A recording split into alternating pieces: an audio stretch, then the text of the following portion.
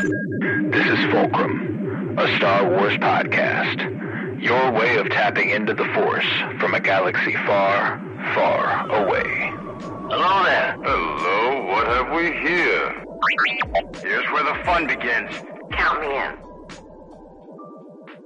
Hello, everybody, and welcome in to Fulcrum, a Star Wars podcast. Today, we conclude Season 1 of our Rebels Rewatch with the final two episodes of the season, episodes 14 and 15, titled Rebel Resolve and Fire Across the Galaxy. Rebel Resolve was written by Charles Murray and Henry Gilroy and directed by Justin Ridge. The finale, Fire Across the Galaxy, was written by Simon Kinberg and directed by Dave Filoni. They were released originally on February 16th, 2015 and March 2nd, respectively. I am Colton Robertson. I'm joined by Joseph George. What's up, homie? Oh, what up, what up? Always a pleasure to be here. Oh, and it's always a pleasure to have you. And that release date, I remember recently we discussed the way that Star Wars canon unfolded in real life versus the way it does in universe timeline. Mm-hmm. This is about 10 to 11 months before The Force Awakens. And that felt like a very, very important note whenever the Inquisitor reaches into Kanan's mind. Yeah. And he's like, I see you, which is something Rey explicitly does to Kylo Ren. And I was like, okay. You know, I loved that little connection. How are you feeling about the end of season 1 here? Oh, man, it was just so comforting. I guess I'm finally done with the first season. The first watch I had through I got interrupted a couple times. So I even went back and I watched it a second time so I could just get it all in its complete glory at the end here. And man, yeah, I think the first episode just it's a little bit slower, but it does a really, really good job of setting up the finale and getting everyone's heads in the right kind of space of like, no, we're still in the rebellion. We still need to fight for Kanan, even though, you know, Hera's just going by the book and taking her orders, whatever. And that's what makes the rebellion is the willingness to do things like this. Yeah.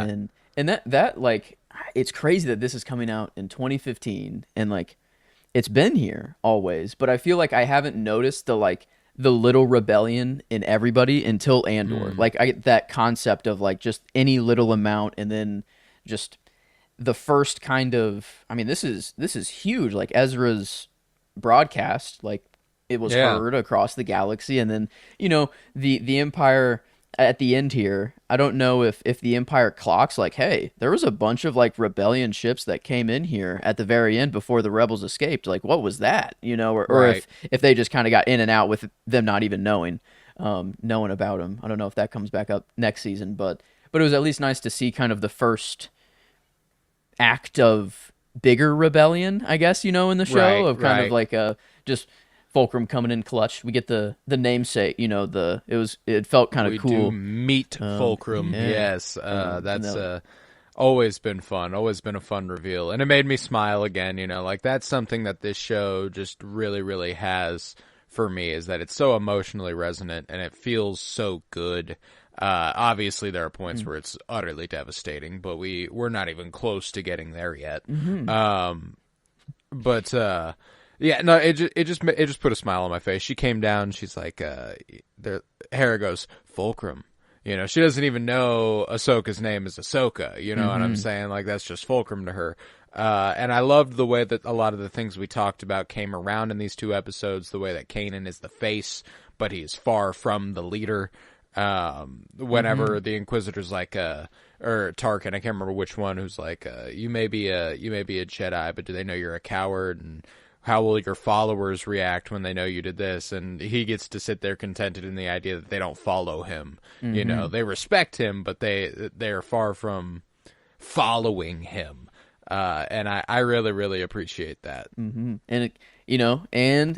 I think it was the Inquisitor, because he starts asking about, like, you know, I don't really care about your rebel cell really all that much. I care about Fulcrum. Like, let me know what's going on here. And Kanan gets to be like, well, I actually don't know, really, and this is the point of me being so dead ass right now. Yeah. But he was like, well, even if I did know, though, no shot I'm telling you, you know, and whenever the Inquisitor was like using the Force on his mind, he said like that no Jedi can like escape pain, or Right. that pain eventually breaks everybody.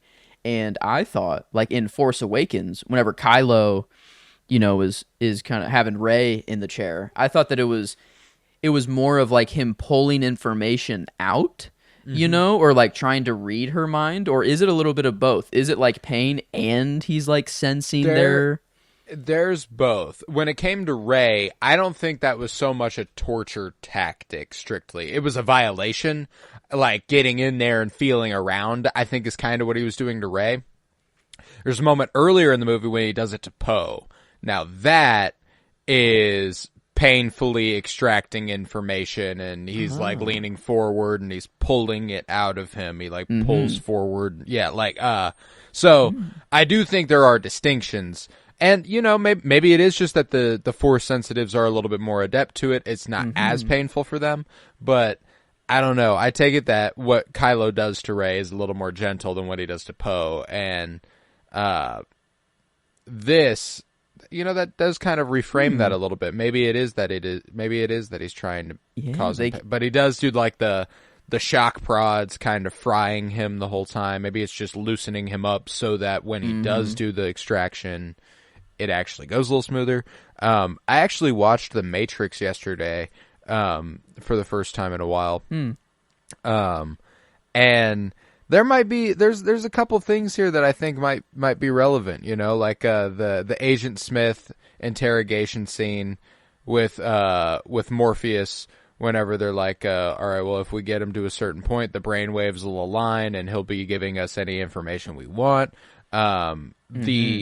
The agents themselves, and there's an argument to be made that like this I mean, obviously predates Star Wars, predates The Matrix, but like the agents being the same, there's the Imperial officers in like the decks and stuff are like the same animation, and like they just have different clothes on. And I was curious. I feel like the Stormtroopers obviously set a precedent for that. Like they're the same design. They lack identity. But we haven't really seen anything like that with faces yet. And I think that this is the first time they kind of do that in Star Wars, which felt very Agents in The Matrix to me.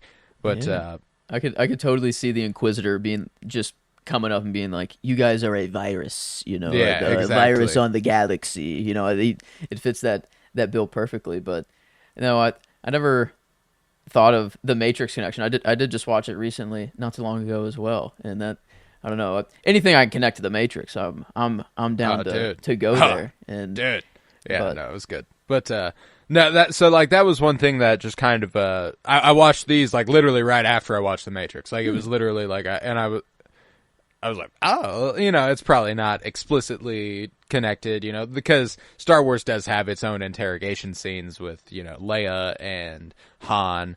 But this was, it was specifically interesting that this relates more directly to the sequels for me than it does the originals. And I think that was, that was cool to see, because I just like the idea of the intertwining of the canon whenever it comes to the timeline threading throughout. I think that's really interesting. But man, and to even a show to have a finale, you just get a look at Vader, not even like a moment with him. It's just like the cliffhanger here, and I didn't even remember that he was the cliffhanger. I was so satisfied with the end of just like the good they got out. It's like Ezra's message meant something. The they Emperor has sent an alternative solution. That is, that's hard. Yeah. That's hard as fuck. Ooh.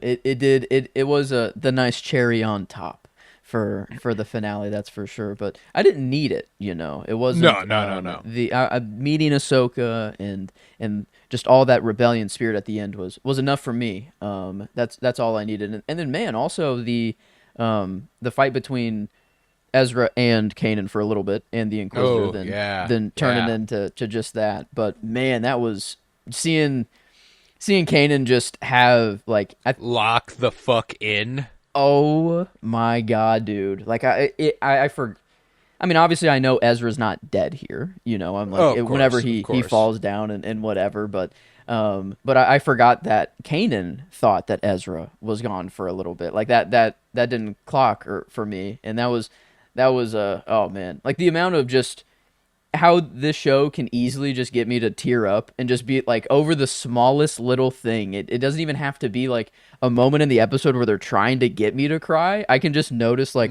oh, that's actually like such a, I don't know, like either that's so sweet. Yeah. The little rebellion, like Nimic's kind of perspective on the rebellion. Anytime that pops up, it's a little tear up. But then if it's with the family or any of their moments or anything, it's always it's just, over. Yeah. Well, and what was also cool is that connects back to, I believe it was episode 10, when he takes him to the temple and he sees a vision of the Inquisitor kill Kanan and throw him off the edge. And he ends up gaining the resolve to not be afraid. That's like he ends up standing before the Inquisitor ready to be cut down, whereas, you know, like Kanan stands up and goes, well, now I have nothing left to fear, you know, like, and that was a really solid connection to me, one that I've never really explicitly put together, but just the resilience against fear and being like, you know what, no, I'm not afraid of you. They both have that moment against the Inquisitor, and obviously one of them is actually there, one of them he's not. But it's more and I love whenever Ezra gets to look at Kanan and kind of be like, "Oh, whoa, yeah, I did not know you had it like that, man." You know, like he was all knocked out, and Hera's like, Ezra. He's still confused, and Hera's the one like, "Hey, like, do you have Kanan? Like, where's Kanan?" And is he okay? Yeah, he's like, he looks up and he's like, oh no, he's better than okay. He's bro is going ham right now. Yeah. Whenever they come face to face with the Inquisitor, and Kanan's like, "Yeah, you mind if I take this?" He's talking about his lightsaber. And he's like, "Yeah, please do." You know, he's like, "Yeah, fuck yeah."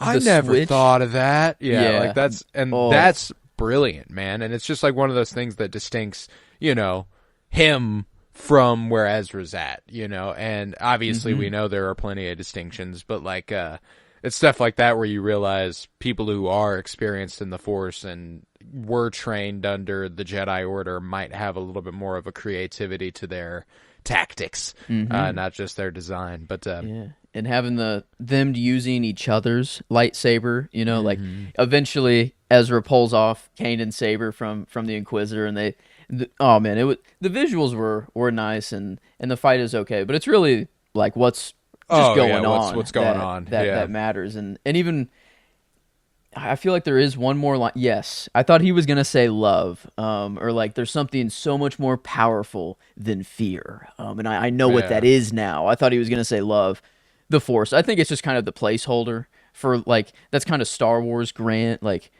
I don't know. It felt like love was the word, but the Force makes sense in Star Wars. I'm not mad. And it also makes sense. It also makes sense specifically to Kanan, you know, because something that's interesting is that I don't think he struggles with his relationships. You know, I think his relationships are the thing he's most confident in. I think that his relationship to the Force is actually where he struggles the most. So I think that a moment like this makes him feel like it's not just him lecturing, it's almost a realization within the same moment that the Force is fueling me, and I've always believed that, but I've never experienced it quite like this. You know, at least that's kind of how I take it. And I love the whole culmination of the fight with the Inquisitor, and I'm not mistaken, this is the only on-screen the second on-screen suicide, right? Or it's like the first, really. Like canonically, what was the other one that you were thinking of? The Acolyte. Didn't the Acolyte have a suicide? Did someone? Oh, Torben? Just for like the straight drinking the poison. Okay. Okay, and we've had the guy in the Mandalorian who bites down on the buzzer thing and like that's true. Zaps his head. That's true. Yeah, but this This one, there's always the myth in Star Wars of if you see someone drop down a pit that they're not coming back. But this one's not really a pit. This one's a hyperdrive that is blowing up. Yeah, this guy is gone. I don't know. I did have the question. I was like, man, wow, we are actually saying goodbye to him this early. Like at the end of season 1, he was the villain of season 1. We just know that there's more massive villains out there in the Star Wars universe. But he did a great job this season. Like, just legitimately was, I don't know, like a massive threat to Kanan the whole time. And like Kanan even knew, like whenever it was just him, he had to fight him, whatever. But like ideally, whenever it was Ezra and Kanan together, then they started gaining their confidence. But they both know that, like, man, that whenever he starts spinning his saber, like Ezra's like, I don't know what the fuck to do here, man. Ezra's so kind of lost because I guess, is this his first actual fight? Like he in the cave with the other animals, they used like the Force and stuff. But yeah, I think this is his first genuine lightsaber fight. Yeah, good point. I hadn't considered that. It absolutely is, actually. Because the only other time where they could have fought was in that cave with the animals, but wasn't he just using the Force the whole time and just using the animals? So yeah, man, it was clear he was a little rusty on his saber. He gets bitched really quick, but yeah, no, it's I don't know. Thank you, honey. I appreciate you. I really, really enjoyed the culmination and the way that they build up season 2 here. With the introduction of Fulcrum and the introduction of Vader and the Inquisitor being like, there are some things that are worse than death. And, there's some intensity in these things that reminds me of like, I wonder what, I've never agreed with it whenever people are like, and they say the Clone Wars is a kid's show, and it's like the shot of like Savage Opress tossing his lightsaber down a hall to like behead a bunch of people. Like, yeah, that's dark, sure, but nobody ever talks about that with like Rebels, and I don't think I don't think these are not kids shows. I think they are kids shows, but like there's an intensity to Rebels that I didn't recall. Like when it comes to the Bad Batch and you see Rampart like kill a guy and send him flying over the edge, you watch the Grand Inquisitor decide there are some things worse than death and drop into a flaming pit of fire.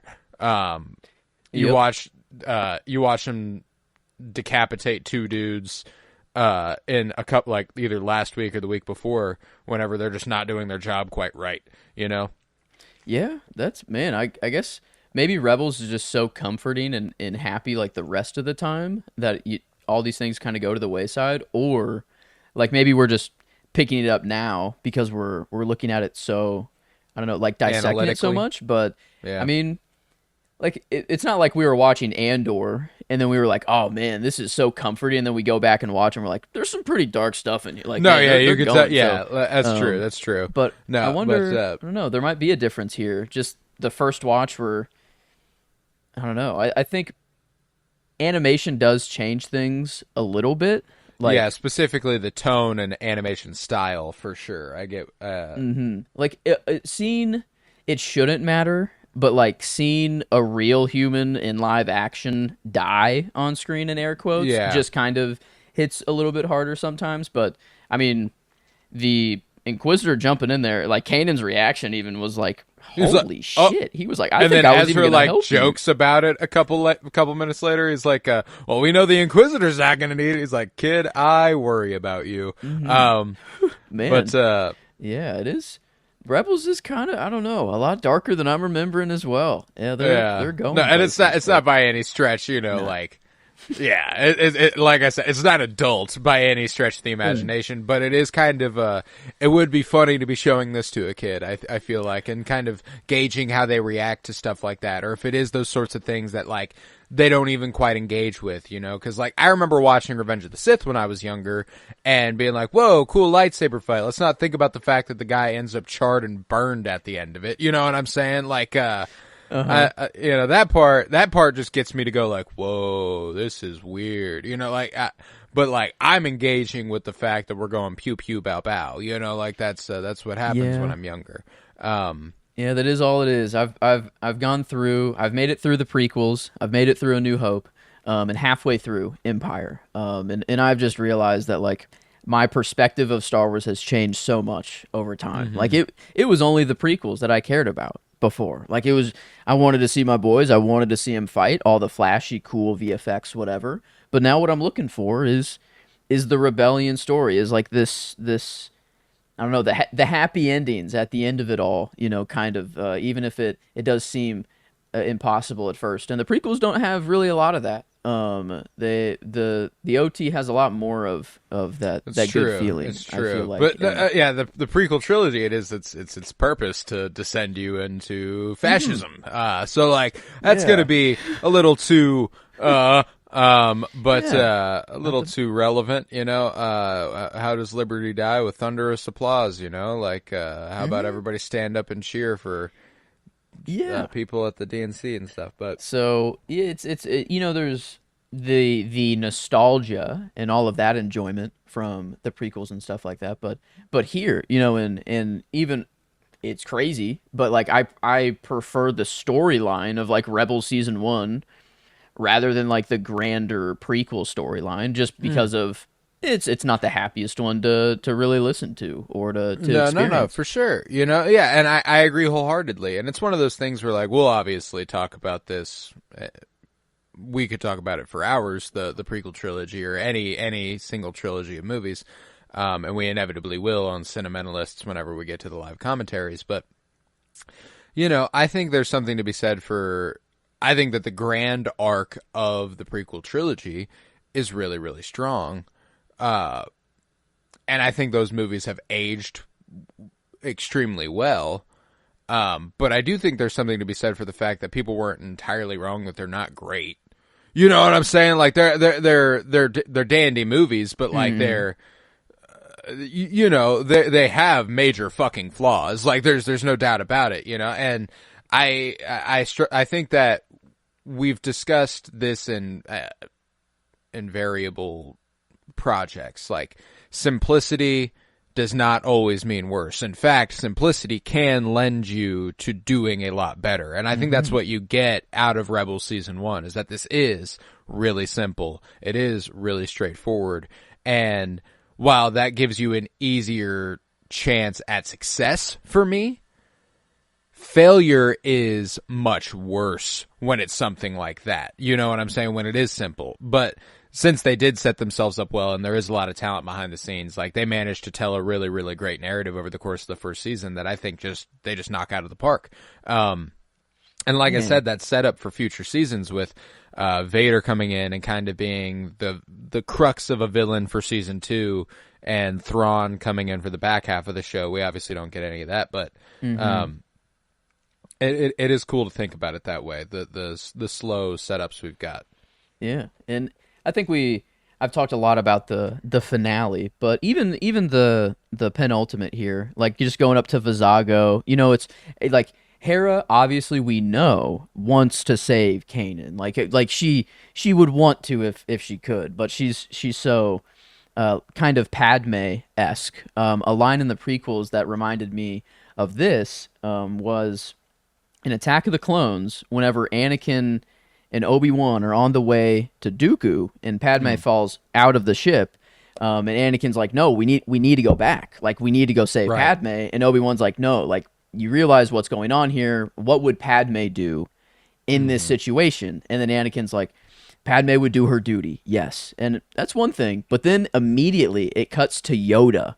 And Yoda, like, it's like he heard this. Or he's like, and he goes, like he's like intrigued by it, and then he's like, get me a ship, I need to go to Duke. Like he knows what he needs to do then. But it's almost like he was like, this was a test that he knew. I don't know, maybe he wasn't specifically looking for it, but it's cool that we kind of have this here with with Kanan a little bit. You know, it's not the same situation. We're not in the Clone Wars, and it's an act. You know, we can end the war right here, right now. But I get what you're saying. It's kind of the opposite. Whenever you go, well, what would this person I love do? The answer for Kanan is, fuck it, I'm gonna storm the ship and find you. You know, like it's not, you know, it's the opposite of, because it's not their duty. In fact, it's the opposite of their duty. Their duty is to stand down as they have been instructed to do.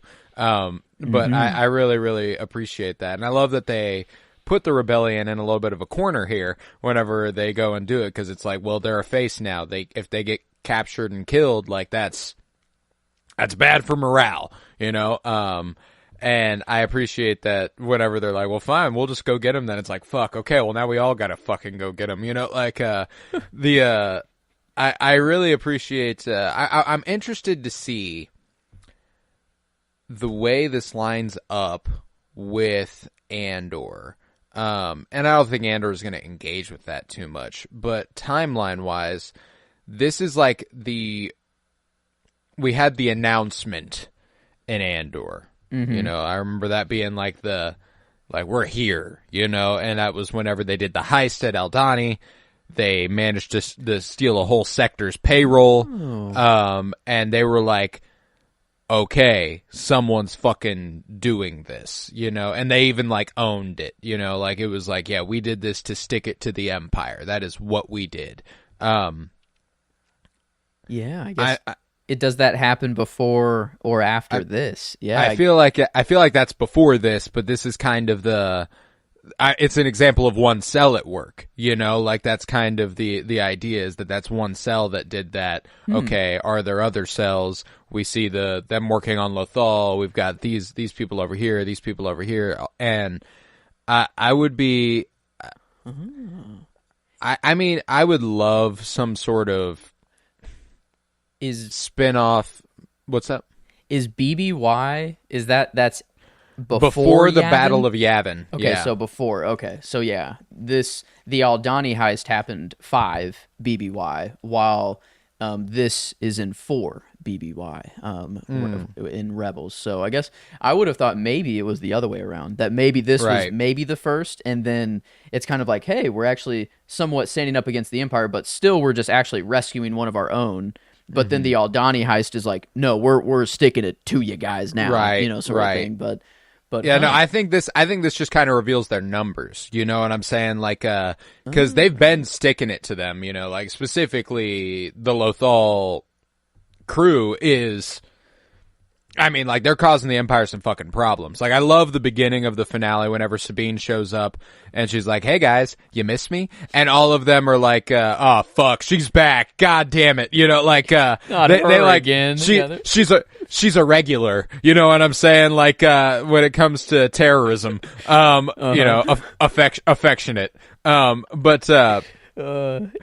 that'd be, man, to be in the Empire and just to see someone pop up and you just know you're dead, you know, yeah. I don't know, like hits the comms and goes, the artist's back, you know, like, she sprays the spray paint cans and they're like, fucking Christ, you know, like the bombs start ticking, they're like, not again, everybody evacuate, you know, like that whole, it's like an inconvenience that they don't stand a chance against, which I think is really fucking funny. And they all take a certain comfort in knowing that they're too principled to kill them. It would seem like they're not worried for their lives, you know, they're just like, God damn it, we're gonna get in trouble again. You know what I'm saying? Like, all the ties start blowing up. They're like, before, they're like, oh, not again. Like, she's blown up an entire fleet before. It's everybody evacuate base. Like, it's super funny, man. And I think I might have gone with Sabine. No, I was going to, but then Kanan got too good in the finale. Yeah, it was tough to go with anyone but Kanan in the finale there. I mean, I have nothing left to fear. You know, that moment alone, I put the line in, and he was already character kind of before that, but that solidified it for me. And I even gave him the performance there at the end. I actually I went Jason Isaacs as the Inquisitor for my performance. I thought that he did a really, really good job. I actually did not realize Jason Isaacs voiced the Inquisitor at all. Not like a super, super renowned actor, but I actually know him from on-screen work, not voice work. So when I looked at it and I saw him, he's a popular fan cast right now for Magneto, actually, which I was like, I could see that for sure. But I've seen him a lot more on screen than I knew he did voice work, which is funny considering I've probably engaged with this the most of his work.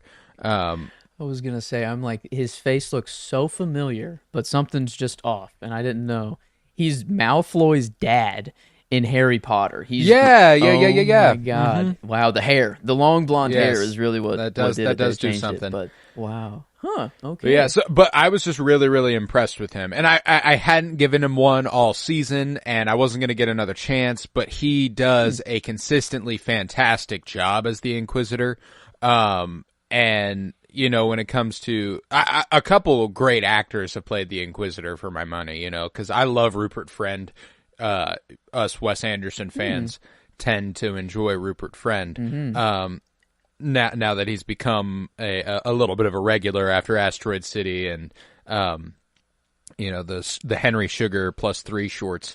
But you know, they're different takes, but there's a continuity to them that I really, really like, and I think it's cool to see his ending before we go back a little bit and see 5 years earlier during Kenobi, and you know, it's just a cool character, and I'm glad we've expanded that lore a little bit, and I think that Jason Isaacs deserved a little love, so I went ahead and gave him the performance for the finale.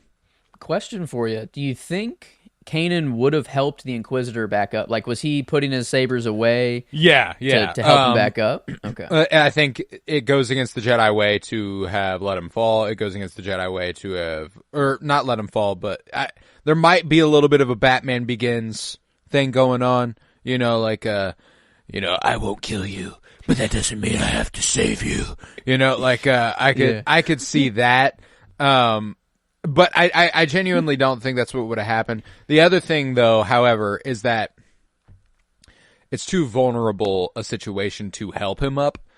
I think that, like, you know, you help him up, you are letting yourself pull on this guy when he could pull you down and kill both of you. So, like, I think it would have been a situation where he left him there. I don't think it would have been a situation where he helped him strictly. But yeah, the Inquisitor's like, I have the opportunity to drop the mic. Super fucking cool. It's just gonna end my life is all. Yeah, you just gotta die for it. So, you know, you better be confident in your mic drop. Can you imagine, like, he like stutters? He's like, there's nothing scare. You know, it just wouldn't work. I feel like you just have to drop after that. Shit. Let me start over. But there are things worse than death, and he just like, it's no, he's really, really good, man. I liked it a lot. But actually, the penultimate episode, Vanessa Marshall was like the easy choice as Hera Syndulla. She is so incredible, and I even spread the love beyond character because we'd been doing the Hera Kanan thing for a while. I went Chopper just because, again, another example of someone we have not given a character nod who I thought would have already gotten character nods. And this was the first time I felt like actually confident in doing so. I loved his role in the penultimate episode of the season.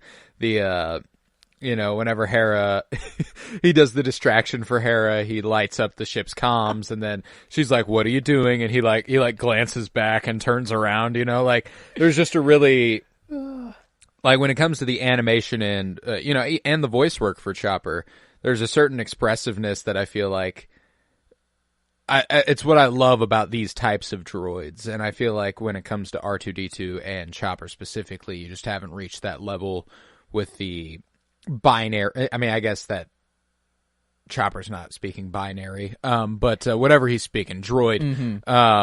Dave Filoni droid speak, yeah, you know, or whatever. Because I feel like whenever Fulcrum came or Ahsoka came up, he like, hello? And then, like, I feel I couldn't quite make out what he was saying, but, like, I thought I maybe heard Ahsoka or something before he said. But no, you're right here. Like, Chopper, like, actually earned a character nod here, and it's not like a joke or like just a meme to go with him. But it shows that because obviously I love the moment whenever they get on the ship and they're like, this little guy was actually a huge help. I say we keep him. And Chopper's like, boom. get out of here. This is my territory. No, I love that. But there's before that, that's the point whenever he can stop being, he can re-enter his quote unquote character, because like up to that point in the episode, he'd actually been very sweet.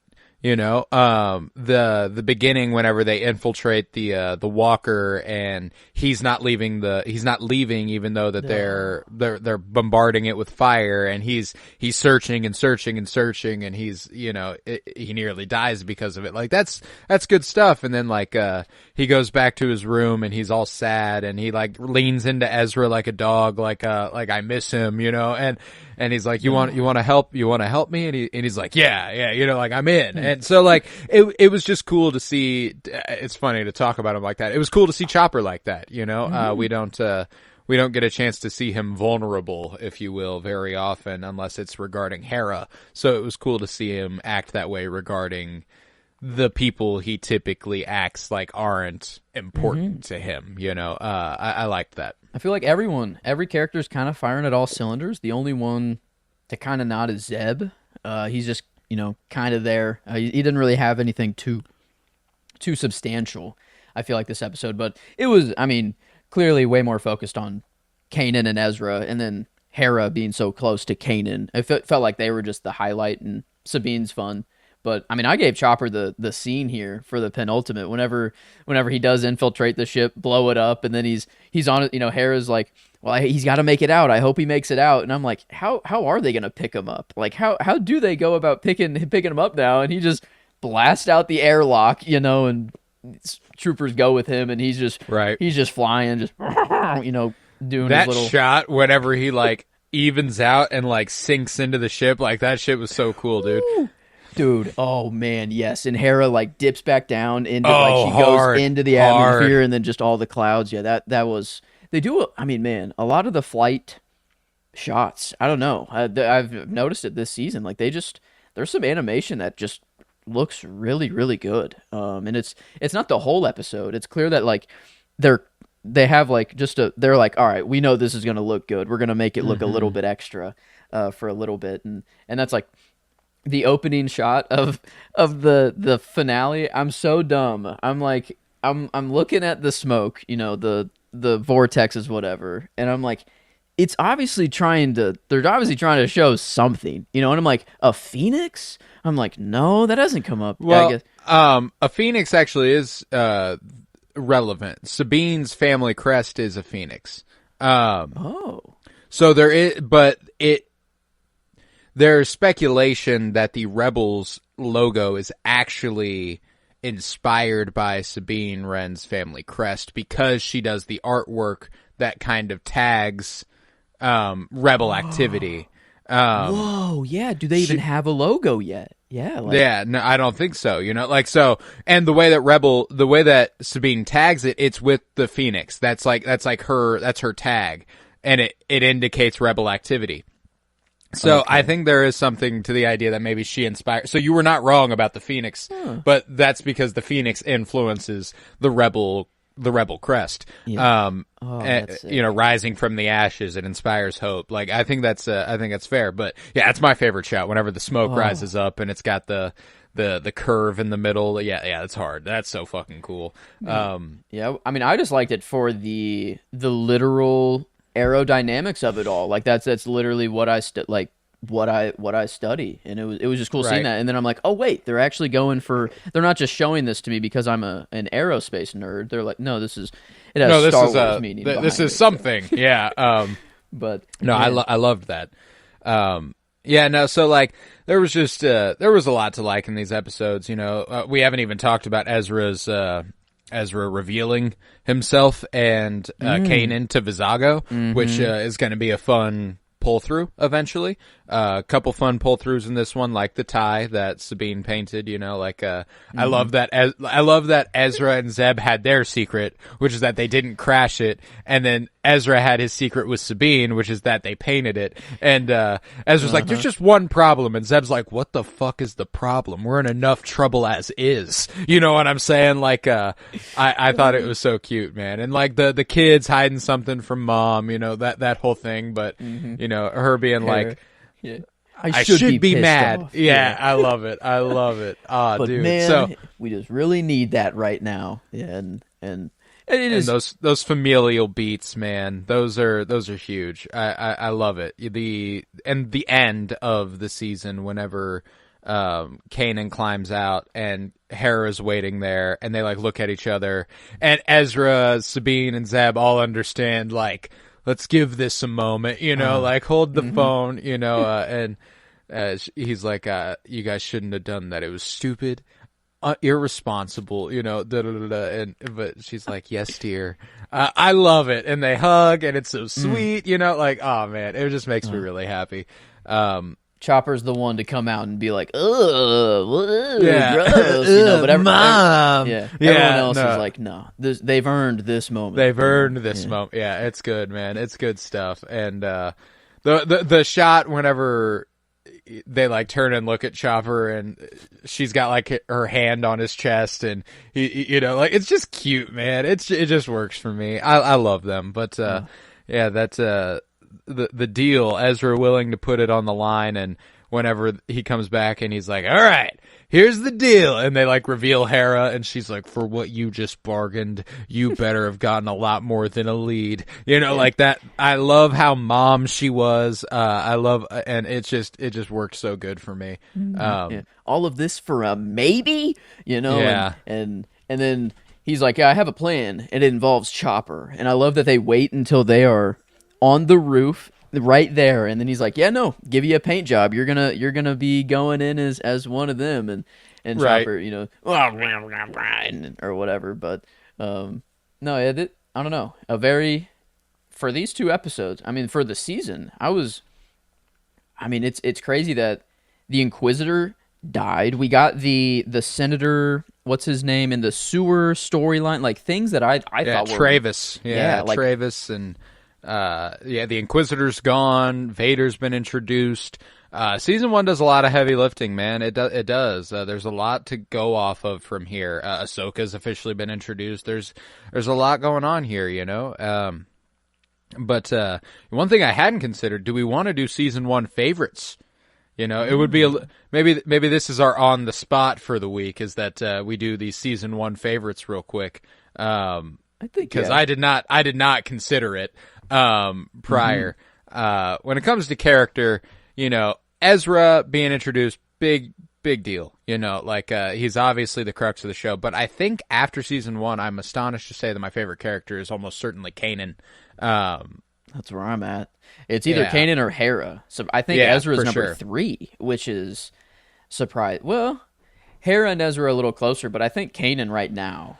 He ran away with it for me. I didn't realize how much I liked him, but I would give Vanessa Marshall my performance though. I think that for the season she did an incredible job at embodying this character that I don't know a single person who doesn't love Hera, she's just a lovable character, and I think that she does so much to bring that to life. If it wasn't her, I'd be going Taylor Gray, though. Like, Taylor Gray does a fantastic job. That's what I was going to say. To spread the love, since I think I can't really go with anyone other than Kanan for character. I can spread the love and give Taylor Gray the performance there, because I mean, a part that I didn't realize, and I've said before, but like that he isn't a child, like that he is an adult, acting as a child, and to hear his voice grow over these 4 seasons will be super interesting to look at. But even just the first season, he had to deal with his going back home and dealing with his parents again, and all their recordings reminiscent on that, and then his new relation, his new family, yeah. So I mean, we've gotten, I don't know, I did not think I would be liking this season this much, because I feel like all the stuff in Rebels that I know for like that's clear and solidified is just the later stuff. And I'm a Thrawn guy, so I can't, any Thrawn I can get, I'm gonna love. But I'm very, very pleased with this just humble beginnings. We don't have a lot really going on right now. It is much more simple now than it becomes. I'll say that for sure, with the World Between Worlds and the wolves and all that good stuff. So But yeah, I think, I don't think I could really pick a favorite scene of the season. I might go episode. I love the finale. I know that's kind of a hack. The finale is really, really strong. Let's see. There were some Vision of Hope, if I recall correctly, was a really resonant one. The good old Lando episode, or I guess only one Lando episode right now. The Idiot's Array. That was Path of the Jedi was really, really strong. I think honestly mine, I don't know the title, but whenever they were in the Jedi Temple and Yoda talks with Kanan and guides Ezra. Yeah, that Path of the Jedi there, I believe. That was a strong one. Mm-hmm. And I think, the finales should be one of the strongest episodes of any season. So it's not really a hack to go with it, I don't think. But nah. But okay. Wow. And I'll pick a line just because there is a line that sticks out to me. And it's just one that I've always come back to, and it's Hera talking to Ezra towards the end of one of the episodes in the last couple weeks, where she says, because we have hope that things will get better, and they will.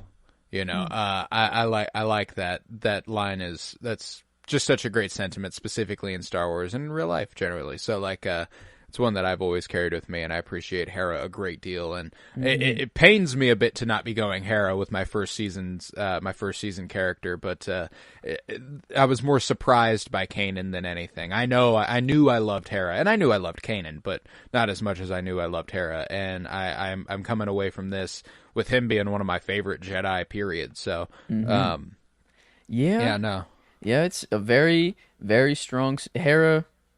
I'll give her my line as well. In this episode, I know this, I didn't bring it up. Maybe not the line of the season, but Ezra's asking her none of us want to give up on Kanan, and she just hits him with the simple, "And you think I do?" But it was her. Delivery, everything. She had an incredible moment with Ezra at the end of the first episode too. Whenever she, right before Mustafar comes up and all that, it's where Jedi go to die, But before that, whenever Ezra and her are sitting down, and she's like, you've done well. Kanan's taught you well, and he goes, so have you. It's just one of those man, dude, I love it. And even Hera, there's a brief reaction from Hera too. She doesn't say anything, but it's her eyes light up, and she's like, she's just happy to hear it, And that the family stuff, man, it just really, really works for me. So I'm very, very pleased with this season, and I'm very, very pleased with all these characters. And I think that, interestingly enough, I think even Zeb on the season got more fully formed than Sabine did.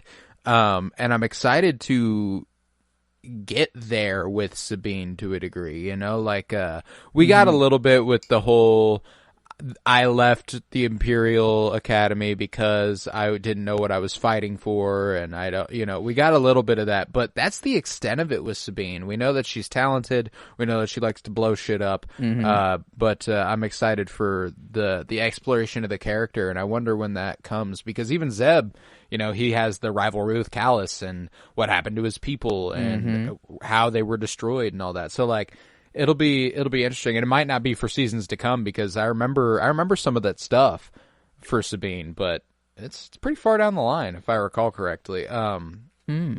Yeah, I'm totally lost on when things happen, but Sabine's whole family, whenever that, then going back and the dark saber trials and stuff, there is some very good stuff, but you're right. She did kind of shine these episodes. Or for the finale and penultimate, but Zeb definitely didn't here. But for the rest of the season, Zeb, I think it was just because he had an episode with Ezra completely alone. We had one Hera and Sabine episode, I guess, where we got a little bit more of them, but it feels we need more juice with Sabine that we haven't quite gotten yet. But man, yeah. That's kind of the only gripe, I guess, I have, is that I would want Sabine and Zeb a little bit more, give them.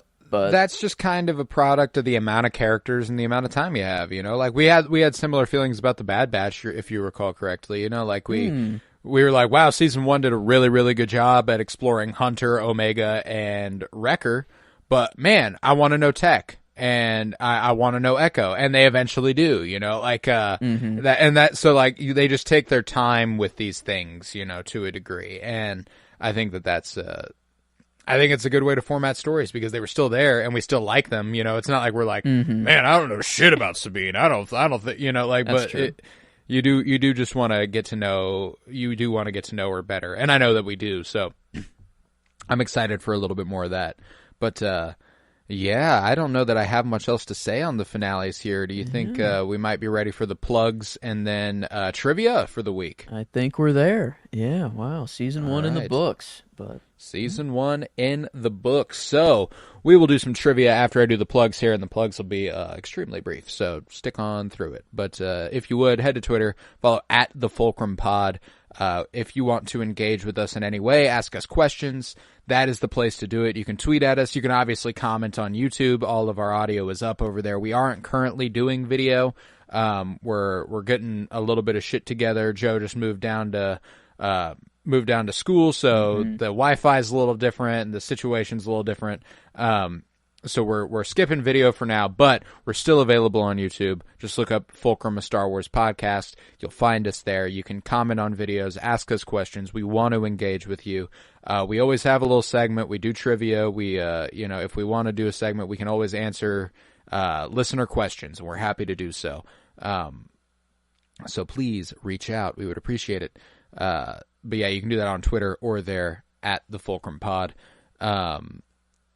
We are an offshoot of the Penny Bloom podcast, and right now we are doing Penny Bloom Dispatch, which is Friday mornings every week, where we do a little bit more of a timely entertainment news, science archaeology news, anything that is prevalent.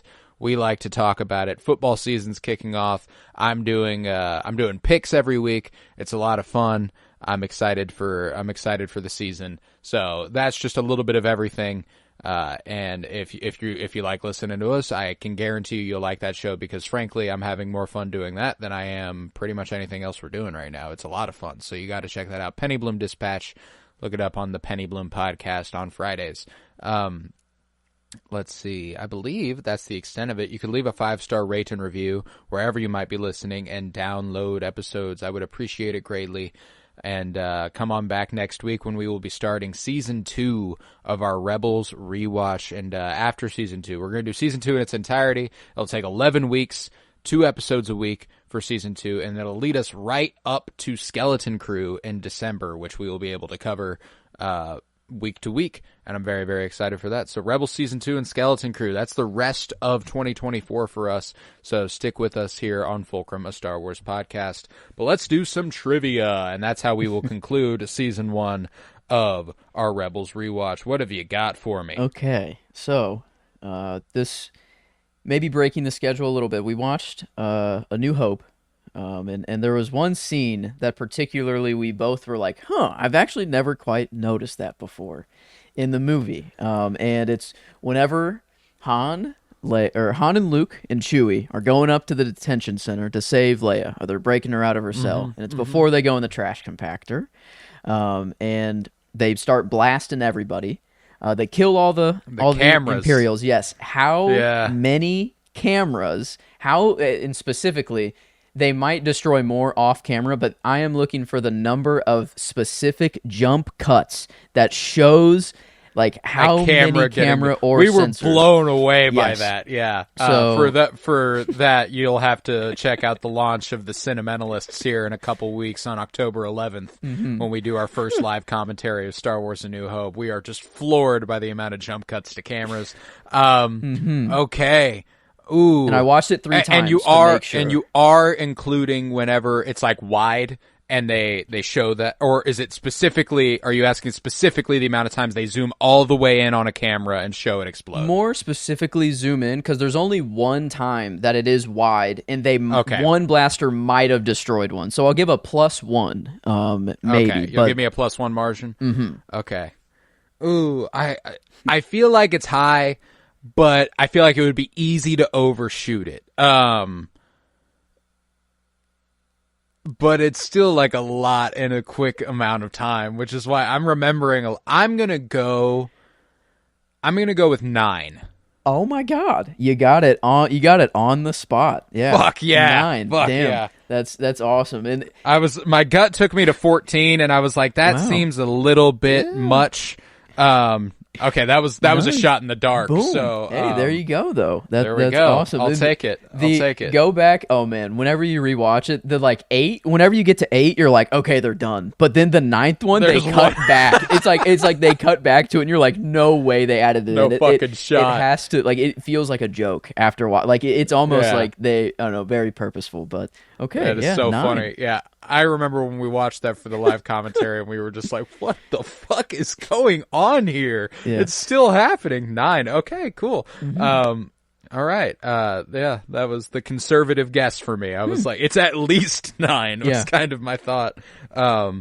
Okay, but my question for you is regarding your performance of the last episode, Freddie Prinze Jr. as Kanan. And these answers kind of go hand in hand. It's a two-parter, but like they're one and the same basically. But how many times has Freddie Prinze Jr. voiced a character in Star Wars? What projects did he have a voice in? Okay.